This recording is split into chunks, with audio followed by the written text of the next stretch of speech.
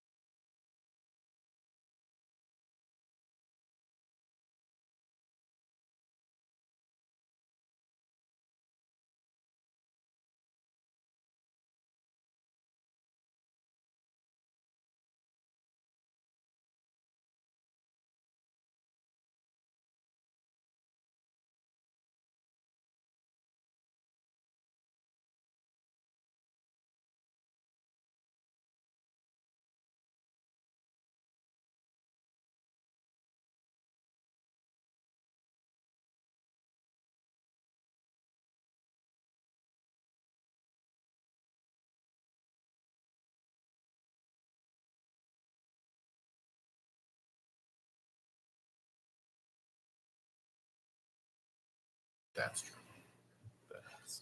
Yeah.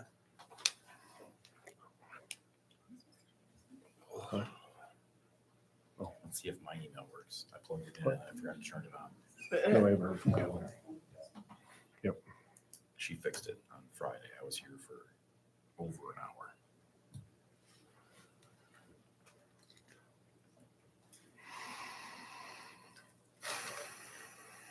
But she still doesn't have it on my phone. So if I get an email from the village, I have to go to the web browser and check it.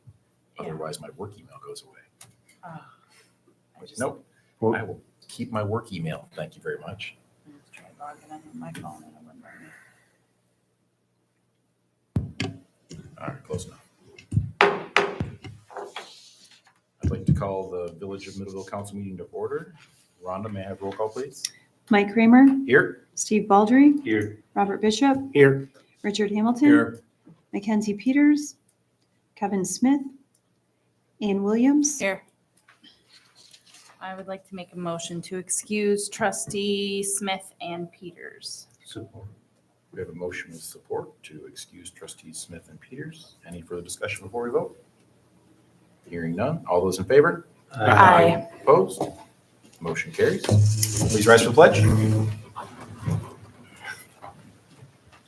I pledge allegiance to the flag of the United States of America and to the republic for which it stands, one nation, under God, indivisible, with liberty and justice for all. Thank you. I will make a motion to approve the agenda, sorry.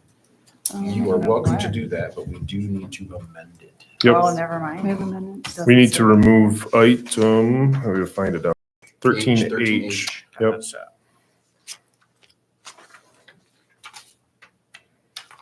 And we should note that we've added 13I.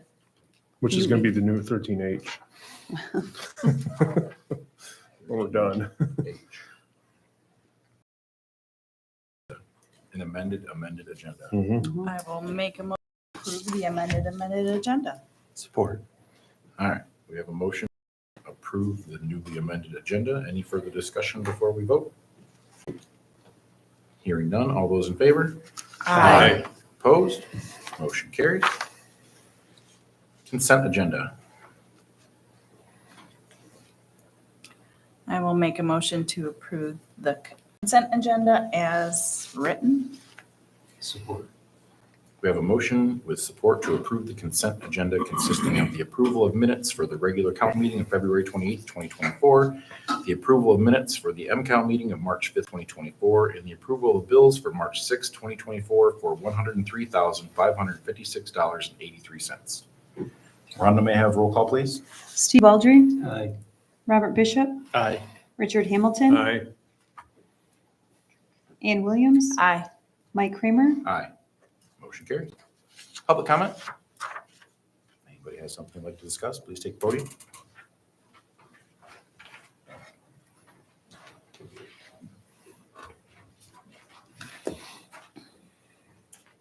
Thank you all for your service to our community. My name is David Sklar, and I live at 951 Viewpoint Drive. Last night, our development, as well as the other Allen Edmond development here in Middleville, was again victimized by a lot of felonious crime.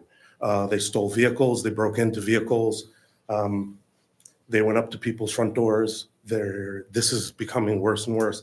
I've lived here for a year. It's the third time this has happened. My understanding, based on speaking to people and some anecdotal stuff, is that as Middleville has grown, the police presence has not grown proportionally with it. So I'm here asking for your help on behalf of our neighborhood and the other Allen Edwin neighborhood, because we're right off 37. They come in, they come out. We need more police and we need more patrols. Sergeant Ware is amazing. We love him, but he's one guy. And I know there are other folks from the sheriff's office here. This may not be enough. And as I've looked at the master plan, as Middleville and Thornapple Township continue to grow, this issue won't be linear worse. This is going to get exponentially worse and get very, very bad very, very quickly if something's not done about it. So I'll leave it at that. Again, thank you for your service to our community. There's a lot of us in these two developments, and I haven't spoken to everyone, but I've spoken to a lot of people, and we all feel the same way.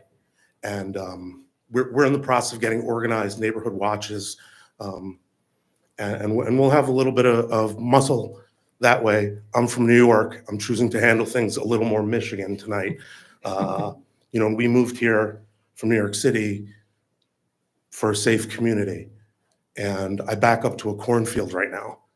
And waking up this morning to find out the news, they checked my car. My car was locked. I left my credit card on the floor. They didn't see it, thank goodness. But no fun, guys. I have two kids, 2-year-old and a 4-year-old, and there's going to be a violent incident in our community if you guys don't do something. That's all I want to say.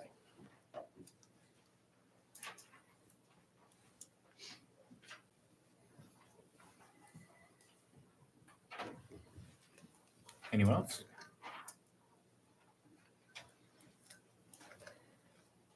All right, we have no reserve time, but we do have a petition for the Walk for Life. Miss Natasha Mueller. Come on up. Was I supposed to come during the public comment? Nope. Sorry, I'm not Nope, you're right the spot. typical representative. Thank you for having me. Natasha with PRC Grand Rapids, which is located at 415 Cherry Street, Grand Rapids 49503. PRC Grand Rapids hosts our annual Walk for Life on Saturday, June 15th in downtown Grand Rapids and in Middleville on the Paul Henry Trail. And this came about because in 2008, we had a group of community members that did not want to drive to downtown Grand Rapids to participate in the annual fundraiser. Instead, they gathered a group of friends and began to walk on the Paul Henry Trail. As the excitement grew for this, PRC added Middleville as a permanent walk site and began pulling permits for this event. Supporters of PRC Grand Rapids gather at the Sesquicentennial Park from 8:30 a.m. to 9 a.m. for a time of fellowship and registration. And at 9, we kick off the walk and participants enjoy the beauty of the Paul Henry Trail. Residence Park, and this is part of the reason for the agenda item, is the petition to park at the parking lot behind the Village of Middleville here. Parking is not reserved for our event only and is open to the public. We're grateful for the partnership that we've established with the Village of Middleville. This has been ongoing for quite some time. And hosting this event in Middleville has been a blessing in allowing community members to support the work of PRC while enjoying the beautiful riverbank that your community has to offer. So we thank you for that. Any questions about, in regards to the parking request? I do have one comment on there. This is the old version of the form, and this form does say something about, do you want our DDA to do a press release? You did say yes on there. It's not something we would normally do for this type of event, though, and that item is no longer on our new form. So just so you know, we won't be promoting it for you. Okay, Okay? sounds good. Mr. President, I would move. We have a motion with support to approve. That's right. I forgot to take the special out. Old form. We're good. My apologies to the board for my late arrival. It's on the form. You're still good. All right. We have a motion with support to approve the event permit for the Walk for Life for the Pregnancy Resource Center. Any further discussion before we? Hearing none. All those in favor? Aye. Opposed? Motion carries. We have no ordinances and resolutions. We are now at the public hearing for the Community Development Block Grant closeout for Greenwood Whippoorwill. Good evening, council. Here to complete the final step in our CDBG Community Development Block Grant for the Whippoorwill Greenwood Street project, which replaced this sanitary sewer and water lines and roadway on there. Total project cost was $900,000. We received $750,000 towards that from the CDBG block grant. We held a meeting yesterday to finalize all the steps. There's one item that may come back and ding us. Well, we're in transition of different managers. If you recall, Ms. Rail started the grant, and then it went to Mr. Urquhart, and then Mr. Weeks, and then to me to finish it up. There was a signature missed that in between all of that may or may not come back, but it's not going to hurt us. Just it's going to be a note next time we apply for a similar grant. So we did encounter some issues throughout the thing with the contractor, but overall the project turned out very well. The contractor did come back and fix those issues at their cost, and they're going to finish up any type of yard work and things like that yet, so we can get this thing wrapped up. So any questions on the overall grant or the project? Mr. President, I do have one quick question for Mr. Stolzenberg.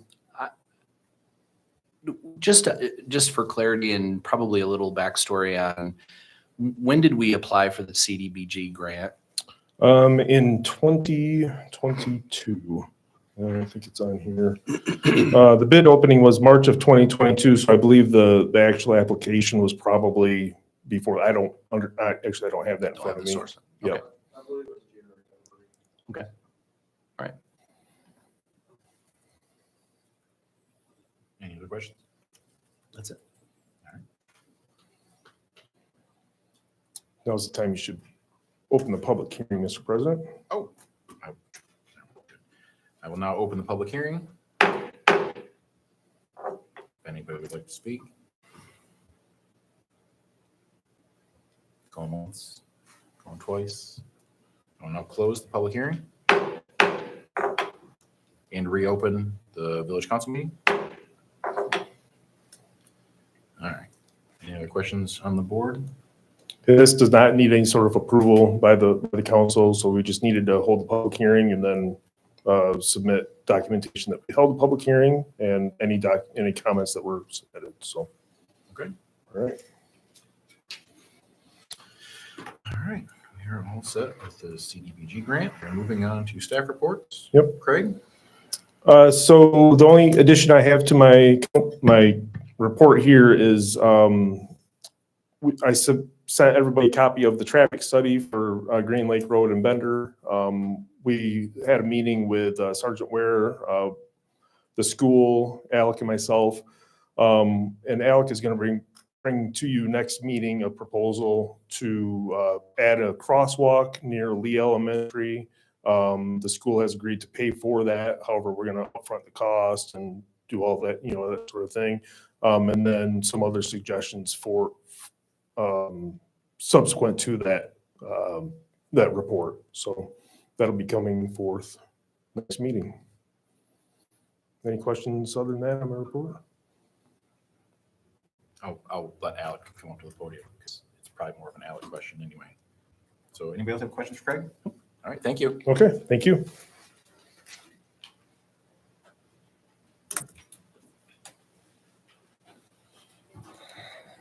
Good evening. You want to ask a question or you want me to go through? Go ahead. Okay. So ongoing projects, right now, staff still working on getting into numerous homes in the village to keep moving along with the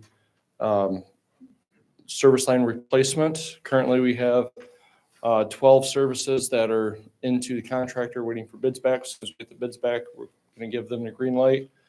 Are changing things up a little bit different this time. We are giving the contact information for all the homeowners to the contractor. They're going to be doing the scheduling for themselves. And then we're just going to work coordination when they come on site. So we're hoping to, in the next month and a half, get all 12 of those homes replaced. And then continuously, essentially for now until the end of the year, we'll build 6 to 12 homes up in a bank, give those to the contractor, and just keep cycling through those until we run out of time or money. So, and just once again, we're using that $150,000 for the second round of ARPA funding for that project. Also with that project, we had the first 6 homes that we did, contractor bid time and material, gave us a price for that. And what they kind of ran into is when they go buy, let's say, a roll of copper, you buy a 100-foot roll of copper to run into the house. They use 35 feet of it for us. Do they charge us for the whole 100 feet? Do they charge us for 35 feet, even though they're going to come back and do more for us? What were they doing? So we made the agreement. The village is going to buy all of the material for these projects. They're going to be providing the labor and the equipment to directional drill these. So some of the bills that are going to be coming up here in the near future will be a little large bills, but they're purchasing for and towards those service line replacements. Also, High Street, that is out for bid right now. Public bid openings on the 19th. Once we have those bid openings together, engineers had a chance to review those. We will send those over to MDOT. MDOT has to approve those through that grant that we had for $250,000. Once they approve those, we'll be bringing those in front of the board for approval. With that, I'm hoping to see some final estimates here in the next week or two for the parking lot for High Street, some revised estimates. So once we get that and some preliminary drawings, I'll bring that in front of council for the approval to send out for bid for that project. My goal is to get both those done at the same time if financing allows. And then just start brush pickup and waste pickup for April. So that's starting the second Monday of April for the waste biodegradable bags, and then brush will start April 22nd. And then just as most council knows, March 23rd is the spring cleanup. That was moved forward this year because of the contractors, Republic Waste, moving their schedule around. And then lastly, I did extend an offer to a new full-time employee. Right now, we're still waiting on full approval, but right now we're anticipating the end of the month for the start date on that employee. I'm holding his name right now just because he's doing some finalization on his current employment. So with that, any questions for me? All right, so the crosswalks we are ordering for Lee Elementary, Yes.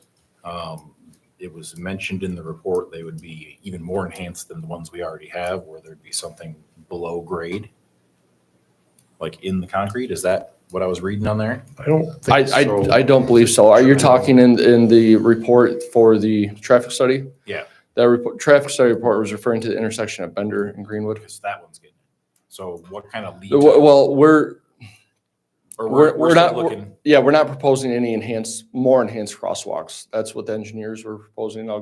So we're gonna stick with what we've been doing. Yes, at the present time, unless when I present everything next week, we can go with council's recommendations. It's more just lead time. What are No, we- I think it's gonna be fairly quick. Right now, not to get too far in the weeds on that, but right now the anticipation is to do all that work this summer and have it ready for next school year.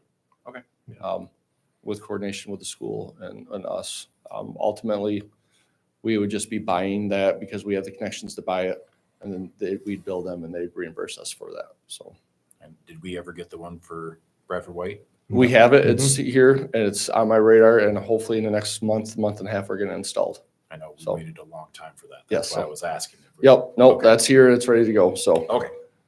That was all I had. okay. Anybody Any else? other questions, comments for me? All right. Okay. Thank you, Alec. Sergeant Ware?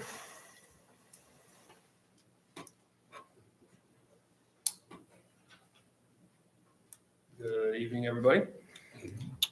We'll get through the numbers real quick, and I'll discuss what was already brought up tonight. All right, for the month of February, we had criminal complaints. We had 6 assaults.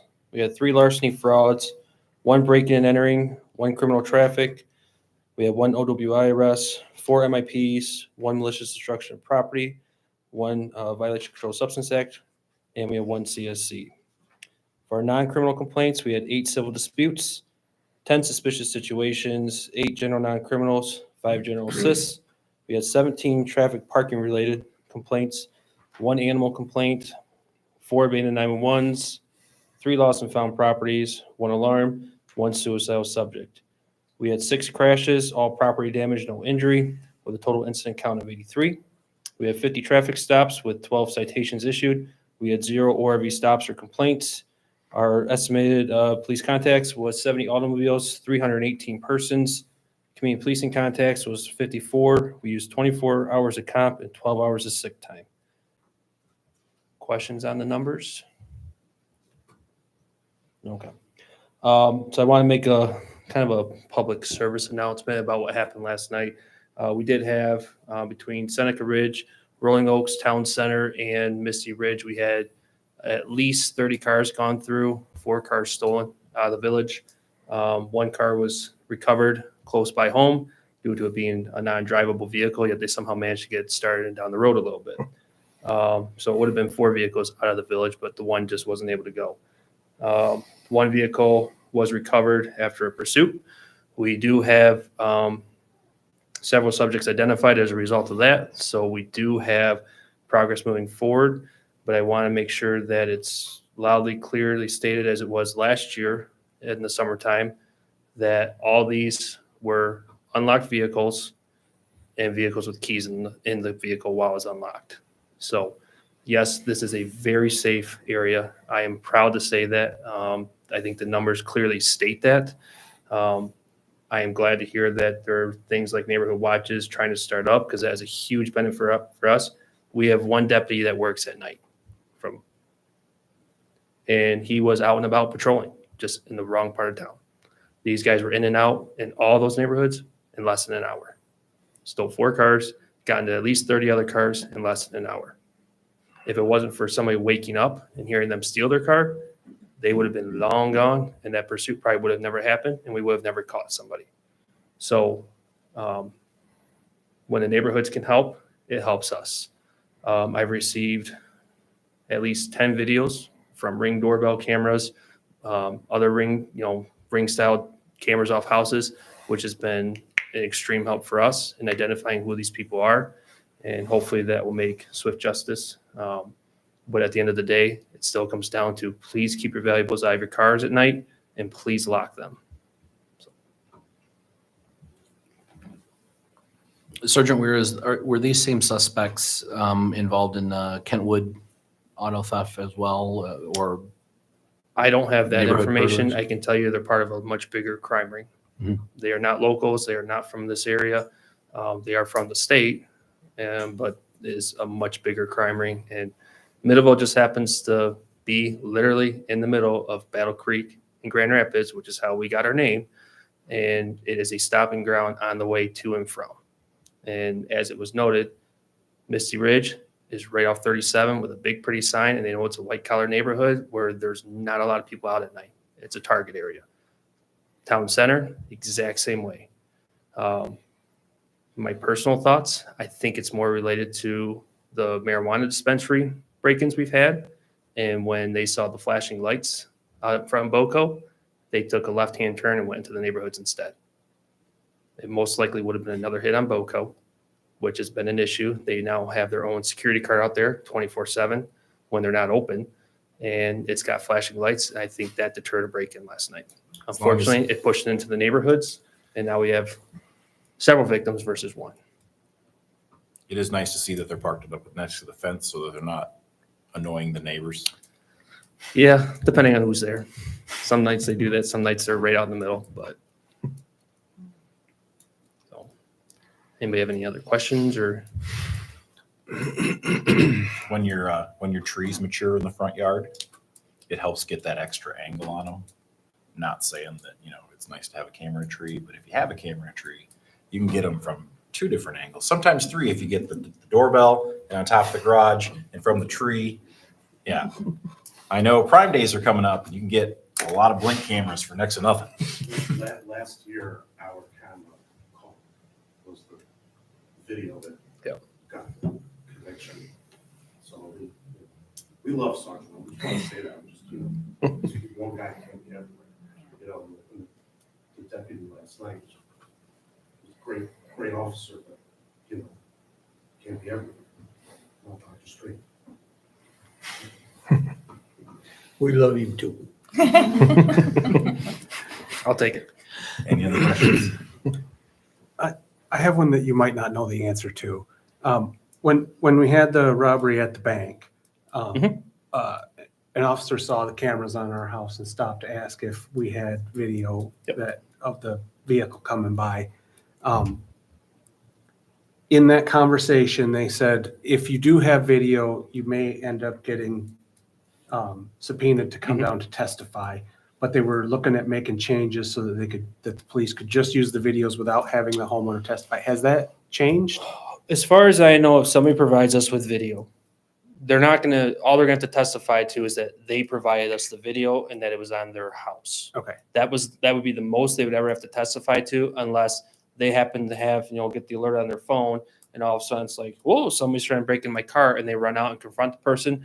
Now they're more of an actual witness versus just somebody providing evidence. It's no different than, if I'm walking, down the trail and I happen to see a gun sitting on the ground, I call 911 and say, hey, there's a gun here. All I'm gonna have to testify to in a court is that person that called in is saying, I saw it, I called the police. That's it.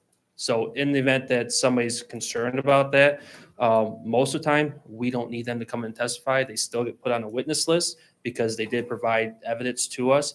But the prosecutor's office is really good about avoiding having to have any of those people testify. And again, the worst it would be is, did you provide the police with this video? Yes, I did. Was it mounted on your house? Yes, it was. Are you the owner and the one that has access to it? Yes, I am. That's it. Thank you. We'll gladly testify. So we don't have any problem. Any other questions? I have one. Sure. With the eventual apprehension and trial of these individuals that we have evidence on, would you feel it's kind of I hate to use the word one-time thing, especially 30 vehicles? I wish I could say that's the case. Unfortunately, history repeats itself, and at least once a year we have this happen in the village. See, this is the 3rd time that I can think of. This is the 3rd time since I've been here. I've been here for just under 2 years, and this is the 3rd time it's happened up here. The one time was a couple local kids. Again, the help of the Ring camera identified them. I happened to see them right before my shift that day. I saw them walking across the parking lot in the same manner. They were in the same clothes as they were on his Ring camera. It doesn't get any better than that. we had, I think it was 3 or 4 years ago, we had a string of them where I think it was 3 within a month, where they came in, they hit different neighborhoods each night. And we finally caught up with them on the third night. We ended up chasing them down. They got away that night, but we were able to track them down later. The problem is it's not as simple as it's one group doing it. You often hear on the news about the Kia Boys. We have all these young gangs in Kalamazoo, Battle Creek, Grand Rapids, Lansing, and they're floating between all the big towns and they're hitting the little towns on the way because they know there's not as much of a police presence typically. They know that they're going to get in and out without being seen. It's white collar neighborhoods that they attack because they know there's not people up in the middle of the night like there is, in the inner cities where the cities are alive all night long. So I wish I could say apprehending this is going to stop it. It's going to put a damper on it, but there'll be another group that moves in too. Yeah, I was thinking more on the scale of what had been done. This was probably the worst one. In the past, I think we've had at the most 1 car stolen with another stolen car dropped off in the area. I don't think we've ever had 4 at once stolen. I don't think we've ever had this many houses affected. Again, typically they hit one neighborhood, they're in and out. So this is by far the worst one I've seen. But they're becoming professionals at this. This is what they do for a living. They hit the marijuana stores and they hit neighborhoods and they quick grab cash and credit cards. If they have purses and bags, they don't even look at them. They grab them, and as they're on their way to the next house, they get what they want and they throw it in the middle of the street. There was several times today where we had people calling saying, "Hey, there's all these things, cards and pamphlets and stuff scattered all over my yard." Well, it's because they grabbed this bag, they pulled what they wanted out of it, and they threw everything on the run. So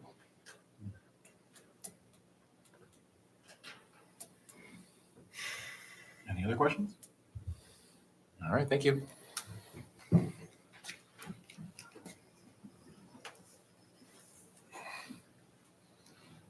Liaison reports. I don't think any of us have met since the last meeting. Liaison? Yeah, liaison reports. I don't know that anything has met since last time, but if you or Mackenzie can help with library, just getting agenda items from them, and we have minutes that need to be approved. I will send a reminder text tomorrow morning.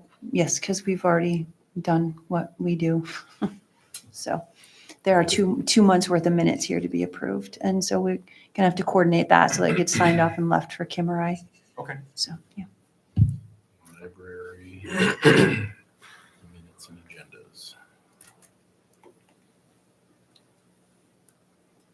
All right, we are on to Resolution 2403. Yes, council, this is a annual resolution to exempt peddlers during specific events that we have in the village, usually during the summer, but everything is listed on the resolution. I'll make a motion to approve Resolution 2403 exemption for peddlers during specific Middleville events. Support. All right, we have a motion with support to approve Resolution 2403, which exempts vendors from Heritage Days 2024, Markets on Main of activities for 2024, Riverbank Music Series for 2024, Christmas on the River for 2024, July 4th for 2024, Spring Trail Tour and Fall Color Tour trail activities for 2024, and I think that's it. any other DDA events and Holly Trolley Night activities for 2024. Oh, there you go. Sorry. Any other discussion before we vote? Hearing none. Rhonda, may I have roll call, please? Robert Bishop, Aye. Richard Hamilton, Aye. Mackenzie Peters, sorry, Kevin Smith, Aye. Ann Williams, Aye. Steve Baldry, Aye. Mike Kramer. Aye. Motion carries. Next, we have Resolution 2404, one-time exemption to contractual pickup time for public services.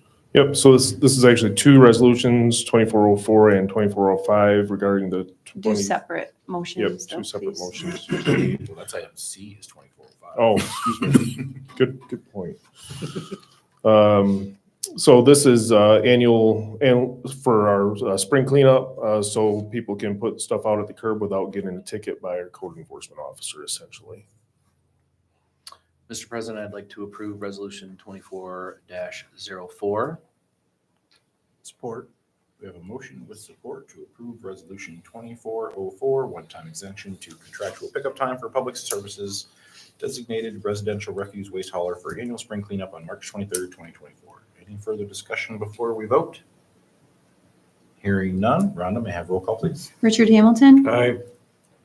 Kevin Smith, Aye. Ann Williams. Aye. Steve Baldry, Aye. Robert Bishop, Aye. Mike Kramer. Aye. Motion carries. And Resolution 2405. Mr. President, I'd like to make a motion to approve Resolution 24-05. Support.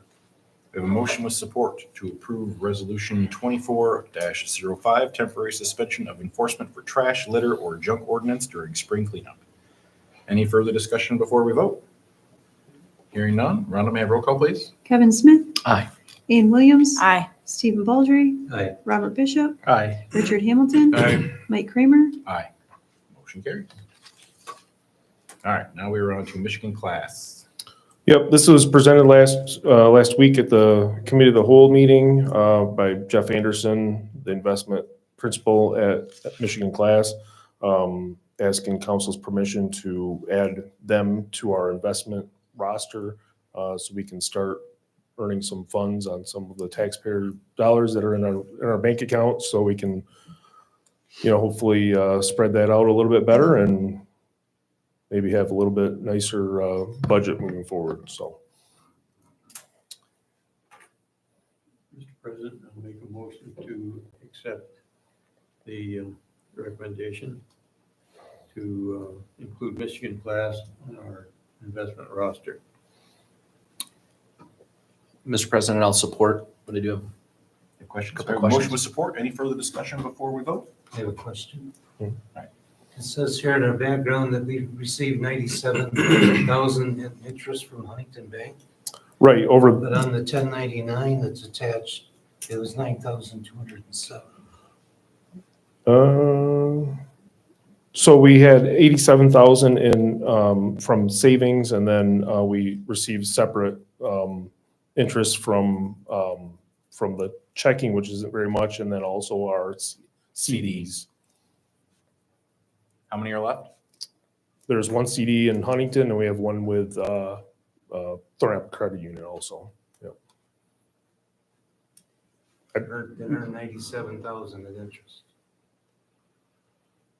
I think Everything it together. some of all This of is the total everything. total everything. Yeah, I got that, but then in the 1099, It's a typo. Maybe it's a typo. Huntington. I thought it was 87 something Yeah. thousand, and then we had Well, roughly it's 5,000 and something from, 9,200. I know, that's what I was asking.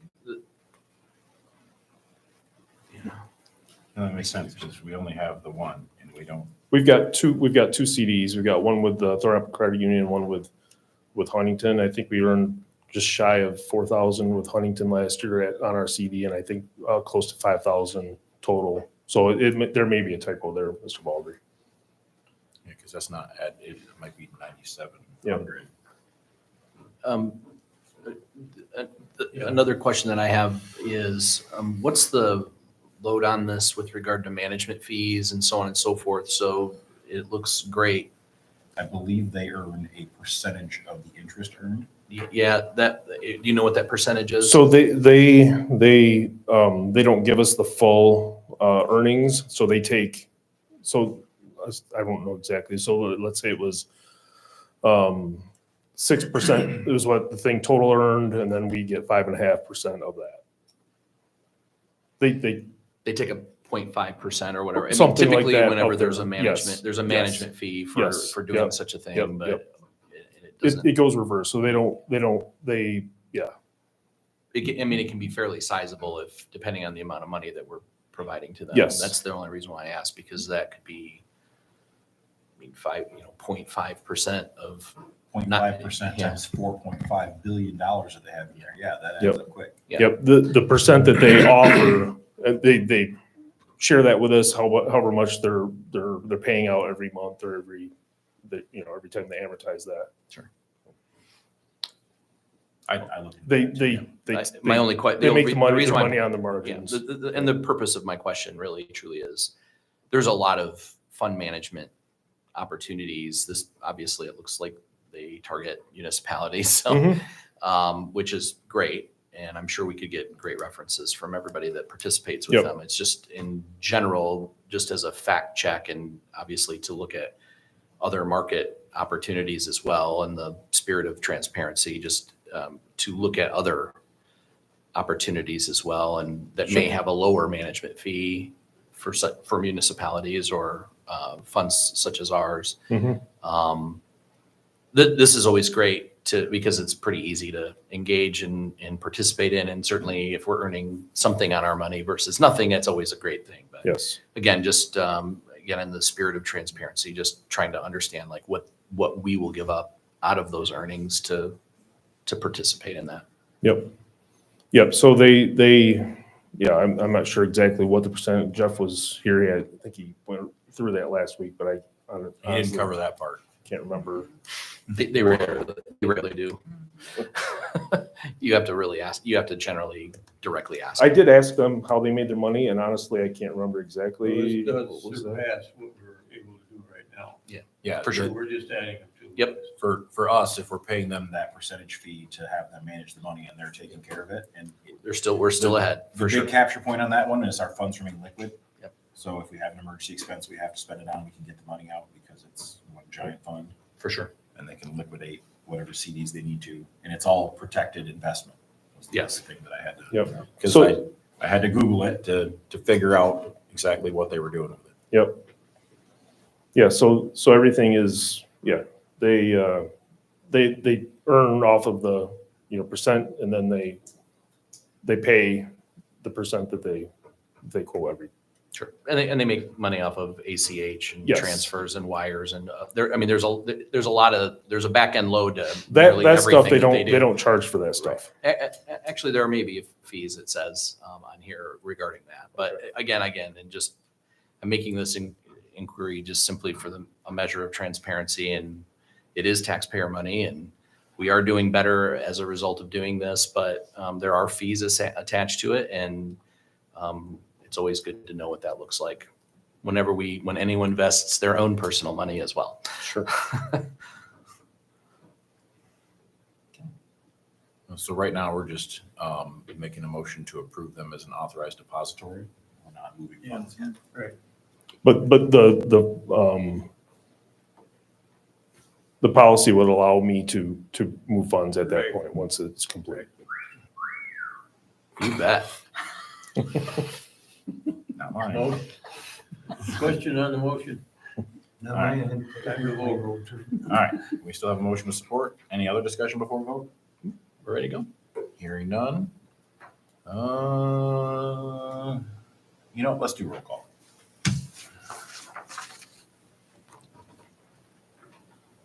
May I have roll call, please, Rhonda? Yep, I just had to get caught up. No, you're good. I just felt like I should ask appropriately. No, you're fine. Kevin Smith, Aye. Ann Williams. Aye. Steve Baldry, Aye. Robert Bishop, Aye. Richard Hamilton, Aye. Mike Kramer. Aye. Motion carries. All right, next we have discussion on strategic planning. So I reached out to everybody. I appreciate everybody completing the doodle poll. Looks like the winning dates are going to be April 4th and 11th. The only person that would not be able to attend that would be Mackenzie that date, but everybody else would be able to attend. And I confirmed with Marilyn Simonik. She said she'd be able to. I didn't do a Zoom call. Oh, you did not. I could not get into my Got it. email, and I Oh, still can't okay. get into my email, and I didn't. So we're looking at April 4th and 11th, I'm Thursday looking right now. evenings, 5 to 9. I will be able to attend both days, but I will be running behind. Okay. April 4th and 11th? Yep, Yeah, I'm good. And both days are 5 to 9. yes. Yep, perfect. I'm up.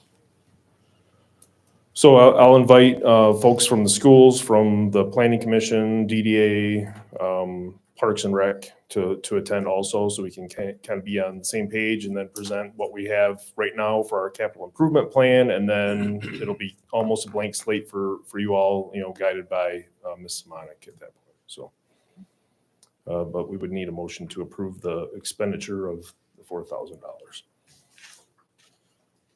I will make a motion to approve spending no more than $4,000 for the course of Marilyn Simonic. Simonic for strategic planning.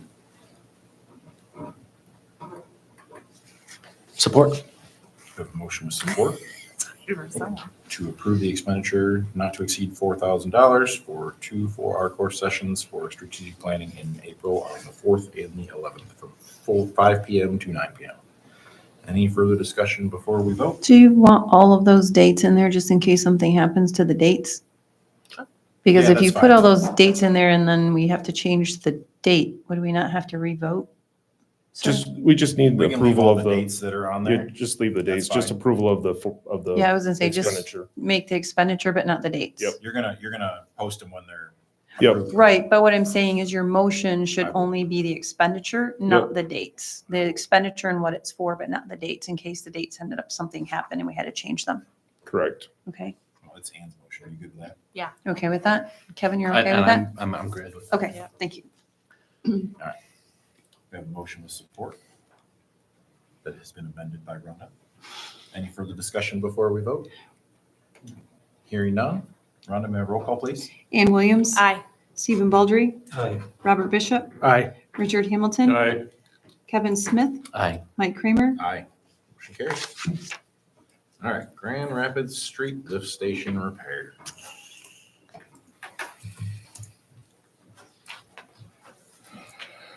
Good evening again. So I will apologize kind of in advance with this. I do realize I don't have any quotes in front of you for this. I am still actively working with contractors to get these quotes. What this is Grand Rapids Street lift station is a 2-pump lift station. Each pump has a pipe coming up out of the pit, turning, going underground, and then all the way up to our treatment plant. When that pipe goes all the way up, turns and goes out, there's a coupling right there. It's called a Victaulic coupling. Essentially, you have 2 pipes with grooves in them. Each groove clamps down, or the coupling clamps down on the grooves and holds the pipe in place. The one pipe coming out of the ground, that groove is wore. So when the pump kicks on, it moves a 1/2 inch back and Oh, forth. boy. So You don't It's- wanna hang a groover off of a crane and try and regroove that where it sits? yeah, we don't have enough room. That's it, yeah. We don't have enough room to do that. We have about 8 inches. So essentially, we have to replace that pipe. Not the end of the world, not a big deal to do. I'm just trying to get a price nailed down from a contractor to do that. My opinion, that price is gonna be under 10,000. DPW is gonna be doing the majority of the work, but I have a strong feeling it's gonna be over my $3,000 spending limit. So what I'm asking council is just say not to exceed more to fix this of $10,000 for this particular project. My only reservation why I'm coming to you right now is it took me about a week and a half to 2 weeks to get the contractor out there to originally look at it. Now it's taken me about another week and a half to try to get some type of quote out of him. I want to pretty much give them the green light as soon as I possibly can because I am down to 1 pump in that lift station. 1 pump's working fine, everything's working great until it don't. Until it's not. Yeah, so that's where I'm kind of in a pickle here. I normally don't like to bring things in front of you without a quote or some type of pricing, but at this point, I kind of open up to discussion. Absolutely, yes. I'm kind of open to discussion and questions for anybody that. And like what, where's those grooves out? Is that just the pipes vibrate because of So those grooves, the rust? there's some pipes that have been installed for 50 years and they're totally fine. Yeah. The type of environment that's in could have been a somewhat poor installation from the very start. So if that one bolt just wasn't quite tight enough, 20 years down the road, it just vibrates loose and eventually gets worse. Could have been a defective clamp from the very get-go. Could be numerous different things. Could have been that groove wasn't quite cut quite deep enough. How it was originally installed, I kind of question a little bit. Granted, that was back in 1999, so I can't. So you're saying we did get our value out of it? I would say so. I would, yeah. Is there any such thing as maintenance that checks that sort of thing to make sure that we're not in a scenario where there's pumps that are, that we're down to 1 pump and So we are checking, everything. So right now last week, we just pulled a valve apart in another lift station because it wasn't working properly and fixed it in-house and was able to get that going in within 2 or 3 days. So we are, and that came from going down into one of the pits and checking. Those particular ones, are we going and checking every nut and bolt all the time? No. Why we found that is from a cleaning of the lift station. We were cleaning the lift station, opened it up, seeing the pipe moving, investigated more. We actually seen the leak happening. At the time, it wasn't moving that much. So it's just a leak. We'll continue to use it because we don't want to go down to one pump. So in that week and a half from getting it there to then, it got a little worse. So now it will pump if I absolutely have to have it, but it's not operational right now. So in an emergency situation, I could probably pump at about 40% capacity if I'm lucky. But that's like, I have nothing to do and try to get me ahead. Yeah. Well, now we know it's loose. It's going to be worse because now it's going to vibrate when you run it. And It's just going to make the problem exponentially worse. Yep. Thanks for that. Appreciate it. Mr. President, you want a motion? That would be great if you so inclined. I'll make a motion to not to exceed $10,000 for the Grand Rapids lift station repair. Support. We have a motion with support to approve the repair for force main piping at Grand Rapids Street Lift Station not to exceed $10,000. Any further discussion before we vote? Hearing none. Rhonda, may I have roll call, please? Stephen Baldry, Aye. Robert Bishop, Aye. Richard Hamilton, Aye. Kevin Smith, Aye. Ann Williams, Aye. Mike Kramer. Aye. Motion carries. On to another lift station. Misty Ridge Lift Station, okay. So this lift station was originally installed in 1999 again. In roughly about 2010, we started having excessive rag issues, i.e. public service announcement. Flushable wipes are not flushable. Do not flush them, please. So in 2010, we upgraded one of those pumps to accept those rags a little better. It took away most of all of our clogging on that pump. The second pump, we still continued to have the clogging. We dealt with it. It wasn't that big a deal because it was just the one here and there, not that much. 2020, we had funds available, so we upgraded the second pump of the two to help assist with that. Fast forward till today, that 2010 pump, unfortunately, if you look at the quote, these are mostly all wear items. What happens occasionally is you have a seal that fails, allows liquid to get into the motor, not into the motor, into the bearings and into the shaft stuff.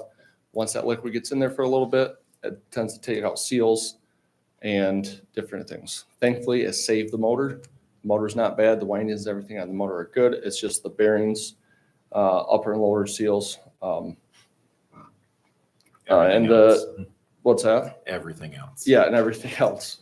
So what council has in front of them, essentially I got two quotes. This lift station is still a critical lift station, but thankfully when we upgraded those two pumps back in 2010 and 2020, we kept the old ones. So we have two spare pumps for that particular lift station. So when one pump goes down, we can pull it, put a new one in. We don't have our ideal pumps that we should be running, but we have pumps that will get us by. So it's not a 911 have to hurry. And we kept those pumps for that reason. So we have those backups. Right now, the repair cost for that pump would be $7,495. To purchase a brand new pump would be about $15,000, just over $15,000. From my opinion, we're going to replace all of the major component wear items. Three things we will not be replacing is the shaft itself, the impeller, which actually turns and sucks everything up, and the motor assembly. Other than that, and the casing of the actual motor. Other than that, everything will be brand new. So for about 46% cost of a new one, I personally would say, let's go with the repair. I'm currently working on a couple other things where I might be able to get that repair a little. I'm working with the contractor right now where I might be able to lower that repair a little bit more, but right now, any questions? I do have just one simple question, and I'm going to actually direct this to Craig. Craig, what fund does this money come out of? The sewer fund. The sewer fund, that's Yes. what people pay for Yes. water and sewer? Yes. Okay. Yes. Along with the Grand Rapids Street lift station as well. Yes. Clarity for you.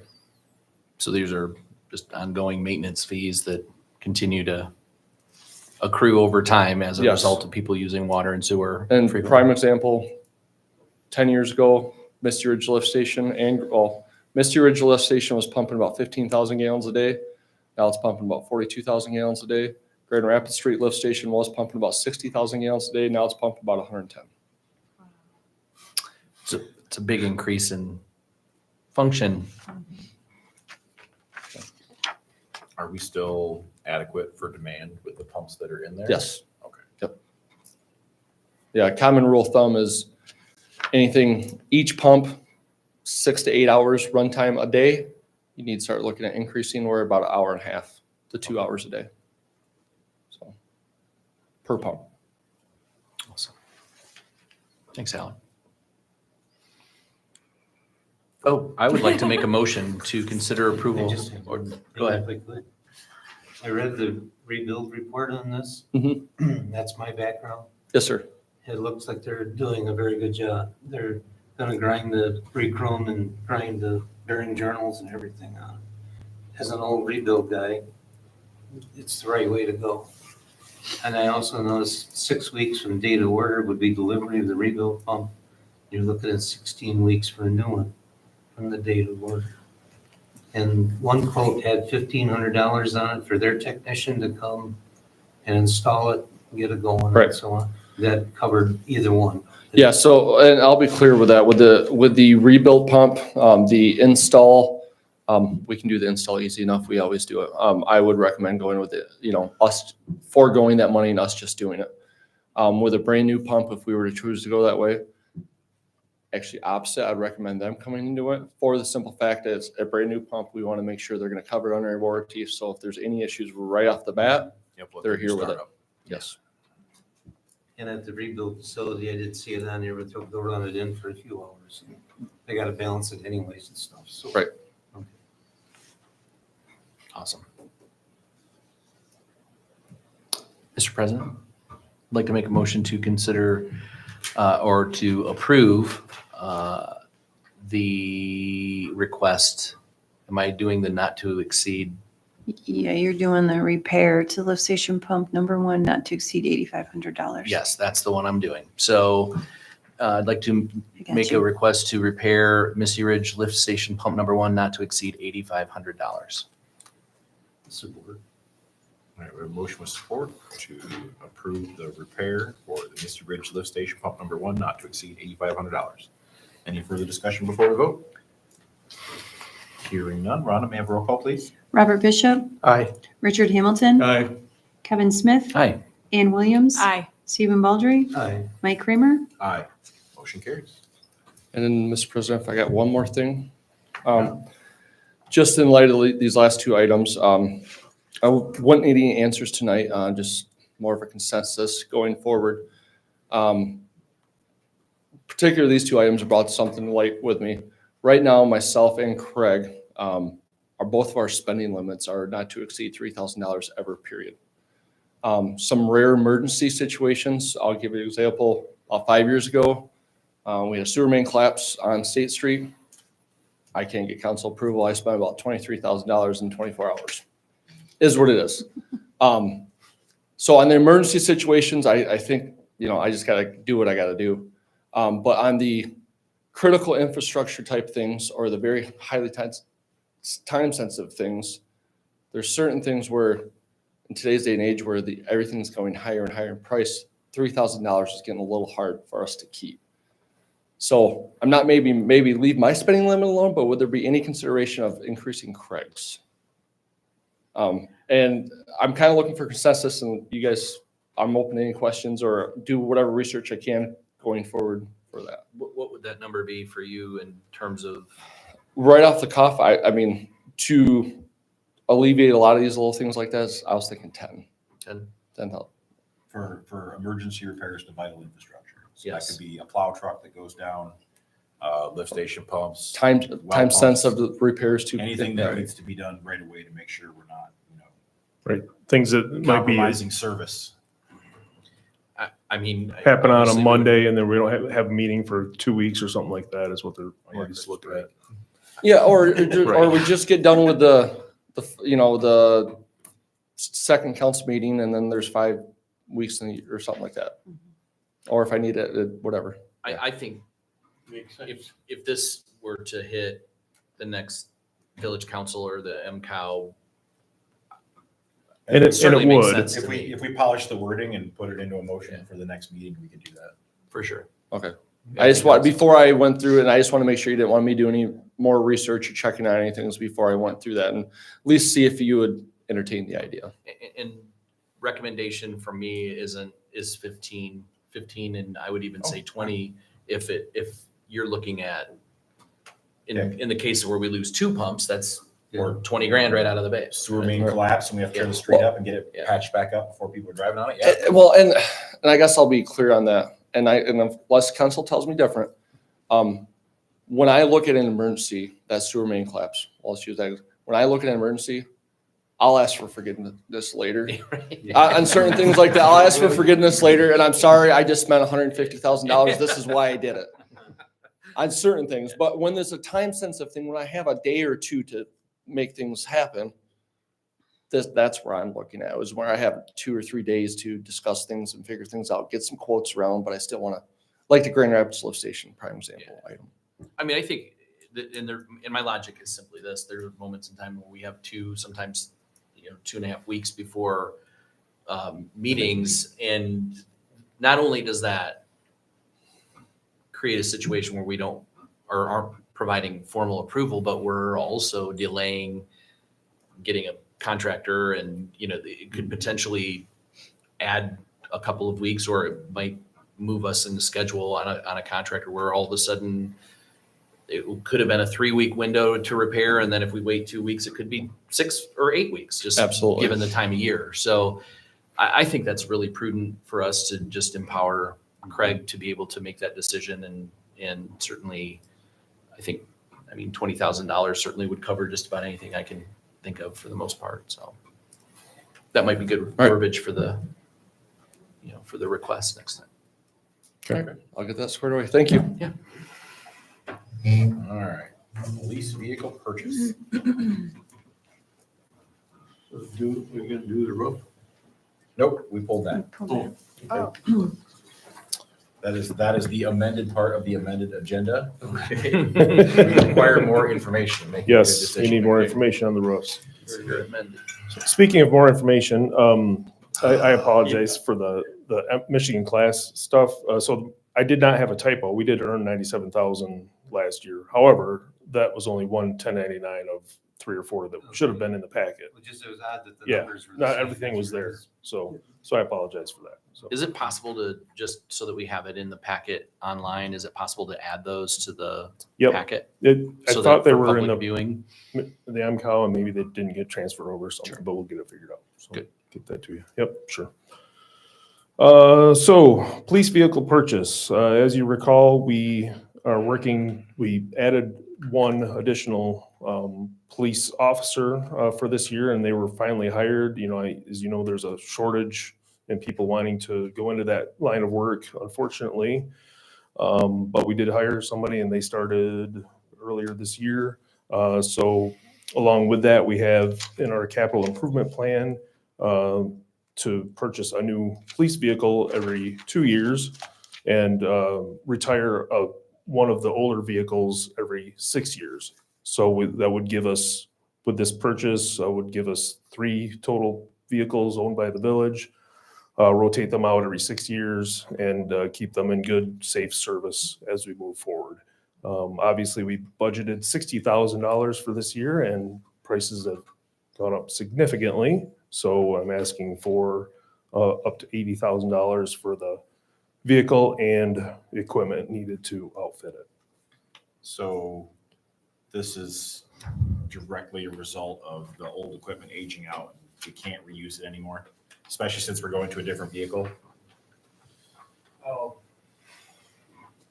Yeah, kind of clarify a little bit that this is to give us 3 working patrol vehicles. The old Explorer that I currently drive, the 2015, will still be owned by the village. It will become that spare/reserve vehicle. But yeah, the equipment in that 2015, the only thing that would be transferable At this point, if we were to take that car and completely disassemble it, would be the radar unit. The computer is owned by Central Dispatch, so I don't even count that part, but the radar is the only thing in that car that would still be salvageable. The lights are old and outdated, and they don't work that great. The radio is now in its third patrol car. It went through 2 Crown Vics before it went to this one. The control switches for the lights and the radio and all that stuff are in their second patrol car. That was what we deemed our Frankenstein car. Are you using So- rubber bands to hold them on? We're not quite that bad. Okay. We're one step away from that. So, yeah, the purchase of this vehicle would be like we had previously talked about last year. We purchased the one Tahoe to get us to the numbers we need to be in order to have the 3 deputies plus myself. Yep. This car would now get us back to where the village used to be, where they would have the one spare car that sat back for when we had to take one to the shop to get worked on, or if we had a crash, or if the reserves needed to go up to the football games and things like that. So they had a designated car. They weren't taking the patrol cars away from us when we need them. And this is, I mean, we had this conversation about having a spare and moving forward with the purchase of a new vehicle anyway. So this is just in alignment with what I think our plans were when we last talked about it. So, I think the biggest issue is just inflation and the cost has gone up. I mean, we can get you a Rivian for this. this is going to the rookie, right? We have a charging Oh, station. no, this one's going to me this time. All right. I will make a motion to approve the expenditure of up to $80,000 to accept the attached quote for a 2024 Chevrolet Tahoe and equipment package. I support. We have a motion with support to approve the purchase of a new police cruiser and equipment.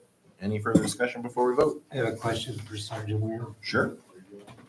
Stepped away too soon. As with the purchase of any tool, Yes. the tool has to be exactly what you want and useful. So this vehicle is what you want. It isn't gonna come with something you don't want. It's not gonna come with something you wish you had, you know, that type of thing. This is it for you. This is what you want. Yeah, so to answer that question as best I can, the Explorers, which we previously had up here, are junk. They're terrible. The 2015 that I currently drive is actually better built than the 2020 that my night shift is currently driving. The 2020 has had more problems, more headaches than I can count. But the 2015 is so aged on engine hours and stuff that any day could be its last day. But we went that route because those were the only ones that were available at the time with all-wheel drive, right? Yeah, so Yeah. Ford stopped producing the Crown Vic, which was the go-to for all law enforcement. The sheriff's office had actually switched to Tahoe as well before the Crown Vic stopped. Ford's answer to the Crown Vic collapse was to convert the Explorers into a police pursuit vehicle. The initial couple years weren't bad. They were built on the standard Ford Explorer frame. After that, they started dumbing down the vehicles and trying to make them cheaper for government expenses, which created a lot of issues. They no longer make the Explorers. Well, they should say they are making them, but very few. In fact, MSP has now stopped buying them themselves, and they're switching to the Durangos, which have their own problems, mostly transmission issues, as I've been told, as well as they're not as roomy as even the Explorers are. So the Tahoe has been our go-to for the sheriff's office for at least 15 years now. It gives us the space we need for all our equipment. They are built to a true standard of a Tahoe that anybody can go out and buy on the road. So we have better protection from crashes, things like that. They have the acceleration rates we need. They actually turn very well even within village limits, which was one of the concerns initially. And they have select all-wheel drive or four-wheel drive, which in Michigan, minus this winter, is actually a very good tool to have. The equipment put into it has been, it's been discussed and talked with the deputies' opinions over the last 5 years. Our mechanic, Mike Hanger, is very good about asking the deputies, what works for you guys? What do you want? Everything from the lighting package to the setup inside the cars. So this car is exactly what we prefer. It's what's going to work best for us. And that's why we switched to the Tahoe in our last car and are asking for one this time too. And my question was coming more for, as you, the end user, that had the equipment and everything that you wanted. That we weren't shortchanging our police department on a function or a tool or anything in the car. It is what. It is. what It is. you want. Yes, sir. I don't think so. Did you read this? I don't think we can get six One of liters each. anymore. I mean, at this point, Think you can add any more to that car.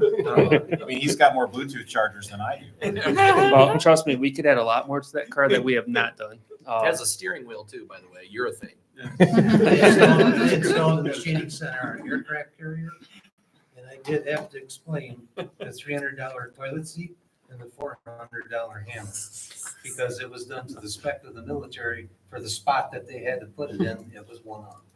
But, so in your defense, to have to say, I want this upgrade on a radio, I want this, I want that, I want to make sure that you have what you need. Well, it's standard practice now to get that Bluetooth connectivity so that because we're a hands-free state now, you need to have that, so they have that availability. Having charging ports is huge, because I'm sure your body cams, you charge before shift, right? You don't charge. We don't have body cameras. We have in-car cameras, The in-car. and those have a docking station in the car. So So they're all hardwired. they are, but we wear a wireless mic pack. So those charge that, like when we're in the office working on reports and stuff, we charge it. But yeah, no, we don't have everything we would have, but that's because we're not buying the Rolls Royce of equipment either. There are siren packages, light packages that are way better than what we have as far as what they can and can't do. We try to keep it simple. It works great for us. We like it. One thing I'm trying to talk with my office right now is a conversion from red and blues to all blues. There's several studies out there that show that all blue lighting is actually more efficient for police officers. It's safer. The blue lights, much like how firefighters and DPW workers have switched to using green lights now, that blue light cuts through snow, it cuts through rain, it cuts through the dark, and it cuts through sunlight better. So that's about the only thing we might see change on this car versus the previous car, is this car might be all blue lights. And is this, and the bid was 51,837, we're giving you. Vehicles. For the vehicle, and then the added package is what's going to bring it up, not to Yeah. exceed 80,000. Right. Got it. 21 some thousand change. Yep. For all new equipment, because we can't carry it over from another vehicle. That's right. Right. All right. So we already have a motion, right? I have a So support any as further well. discussion before we vote? All set? All right, Ron, may I have roll call, please? Richard Hamilton, Aye. Kevin Smith, Aye. Ian Williams, Aye. Stephen Baldry, Aye. Robert Bishop, Aye. Mike Creamer. Aye. Motion carries. Thank you, guys. Congratulations. all right. Everyone should have the draft minutes for the planning commission meeting for March 5th, 2024. Since we're on that for a second. While we do the strategic planning studies, Mhm. would like to make sure that whatever decisions we come to are included in an RC update to our master plan, so that that box Yep. is checked. Absolutely. Before I forget. Mhm. Informational item, none. Public comment.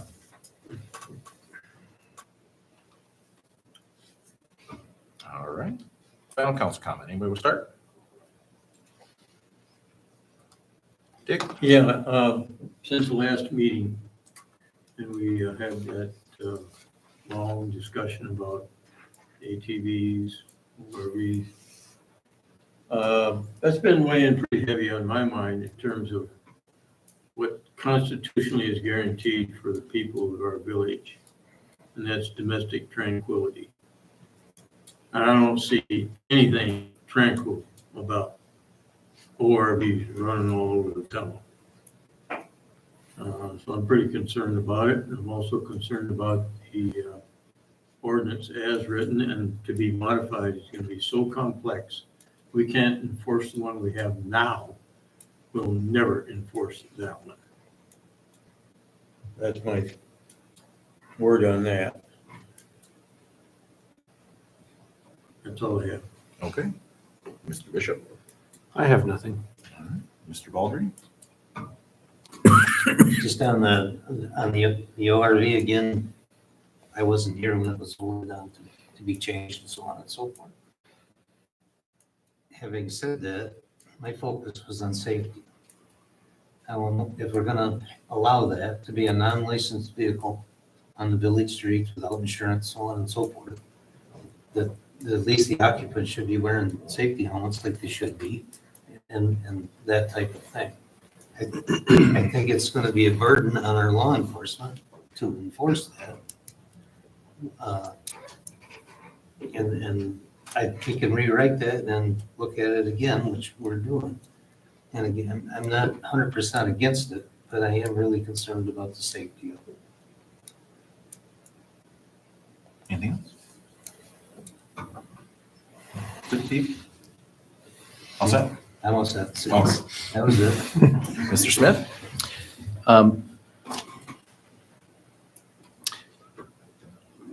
Currently, we have more intense ordinance dictating whether or not people can use an ORV in the village limits or not. And I think we've made it very clear that it's impossible for our police officers to be omnipotent and be everywhere all at one time. However, in all fairness to this particular topic, Sergeant Ware has been very kind to include ORV complaints and infractions in his report, of which have been 0 the entire time he's been tracking them, which is a good data point to lead into this next point. That's with a more intense ORV policy. Relaxing the ORV policy doesn't create more burden on our police officers to enforce more. It's just relaxing it to, and by the way, the verbiage is likely to default back to what Berry County uses, which I think what was our intent. When there are fewer guidelines and fewer data or fewer requirements to abide by the law, that frees up our police officers or our sheriff deputies to focus on car theft and other items versus micromanaging a specific ORV policy. So what we're really trying to do is, and again, I think this goes along the lines of parking and other issues where we don't want to make criminals of our folks in the residents of our village, but to relax it to where law-abiding citizens can enjoy the fruits of their labor with their ORV without having any ramifications, or to create undue burden on our officers to enforce what is already a micromanagement of the ORV policy in general. So we are just simply aligning with Berry County and people who are essentially they have a much more relaxed view of the ORV policy in general, which requires our deputies to enforce less and truly focus on the criminal use of them versus just the general use of them. So I think we should be very cautious. I think we've had many conversations where the folks on this board and many citizens in our village don't have a dog in the hunt, if you will, because it won't affect them either way unless they complain about it, which they currently have every opportunity to do so, and they are not. So if we back that out, allow people to drive ORVs in a legal fashion, what we are saying is we're not going to micromanage ORVs. We're going to allow our residents to enjoy what they have and enjoy the downtown area. We've had an entire petition full of businesses that would love to have ORVs visit their stores. And I think that what we really need to understand here is it's certainly our responsibility to take a stance where we want to protect people. We want to make sure that they're doing the right thing. There's no guarantee when someone gets into a car that they're going to have full insurance, that they're going to win. So I think from a realistic perspective, I want to set our deputies up and our sheriff department up for success and ensuring that they are focusing on when those situations cross a threshold that's already being mandated by Berry County, and we're allowing them to enforce it when they really truly need to enforce the use of ORVs. I have a young man who rides a motorcycle in his yard in my neighborhood, and yes, it's loud, but it's their property and he can do that if he wishes. unless he's doing it at 1 a.m, I don't really have a complaint. Is it inconvenient? And do I hear it from my house? Yes. Is he breaking the law? No. I could complain about it, but I don't, because in the end, it's not. I'd rather have Sergeant Weir going out and dealing with people trying to break into the marijuana shop or dealing with car theft. So I think in the spirit of moving forward with the original intent of our request to have the ORV ordinance rewritten, that we continue to preserve our desire to have our law enforcement focus on important things rather than things that are less important and that don't have any history since he's been tracking it of any complaints or anybody breaking the law. So just to make sure that we're all operating on the same page here, it's important that we just allow our residents to be residents and do their thing until they break the law, and that's up to our sheriff department to determine that. And that's pretty much going back to when we initially talked to it about it. So just dropping that one there. In the meanwhile, thank you for what you do. I agree with I agree with the complaint about our village growing. We did add a deputy as a result of that. And I think that we are taking really strong steps to improve the safety and security of our village. And I think that it would go a long way for neighborhood watches and that sort of thing. And I think that speaks to not just car theft, but illegal ORV use. And if there's other complaints, and that helps us as a community really speak to the things that bother us as individuals. Have you ever seen an ORV Yeah. versus car accident? Oh, yes, I have. Yes, I have. So, and you don't think that those vehicles should be insured just like our cars? and I do motorcycles? believe that. That was one of my strongest points when we initially talked about Well, it. now, because this whole ordinance that we're doing is completely negating the fact that they should be insured. We're allowing them on the streets without insurance. Yeah, that's a big problem. Right. And if you've ever seen one of those accidents, like, Nope, But this isn't really a time for debate for that. This is just final. I appreciate that. And it was, and if, you're looking if, at that 4 different logical fallacies we can discuss. Sure. Anything else? That's it. Ms. Williams? I have nothing, thank you. All right.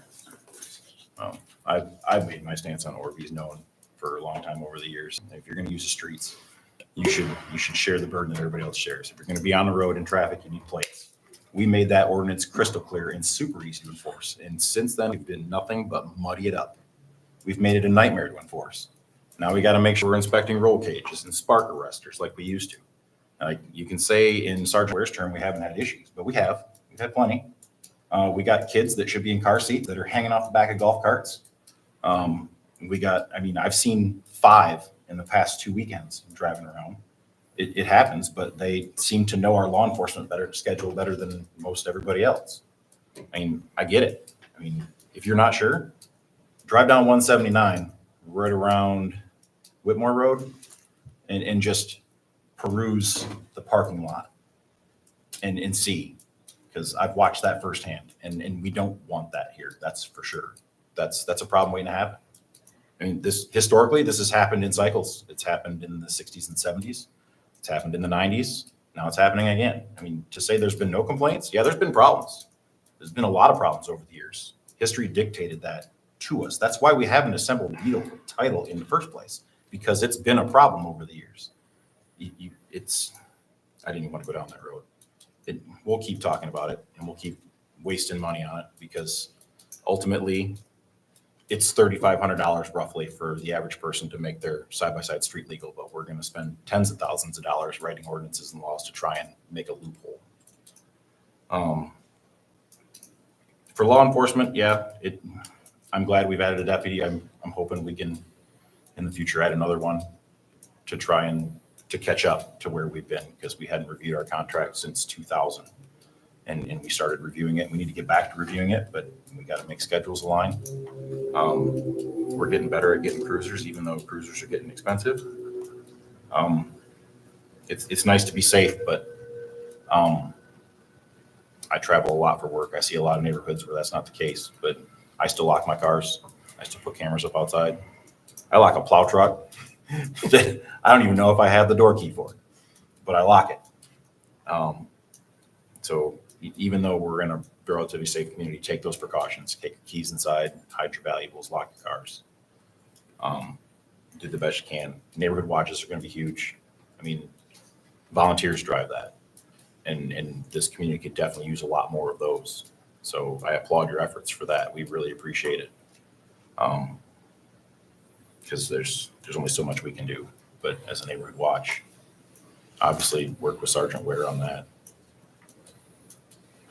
I propose we adjourn. Oh, yeah, I'm And getting I on a move tangent. that we adjourn. I will end my comment. Rhonda or Craig, do you have anything? No, I will send out invitations to the strategic planning to everybody officially, and then we'll plan on that, so. All right. Then support. We have a motion with support to adjourn the meeting. Any further discussion before we vote? I gotta go to the bathroom. Hearing none. All those in favor? Aye. Opposed? Motion carries. Thank you. I've been there, I heard the urgency. Nope.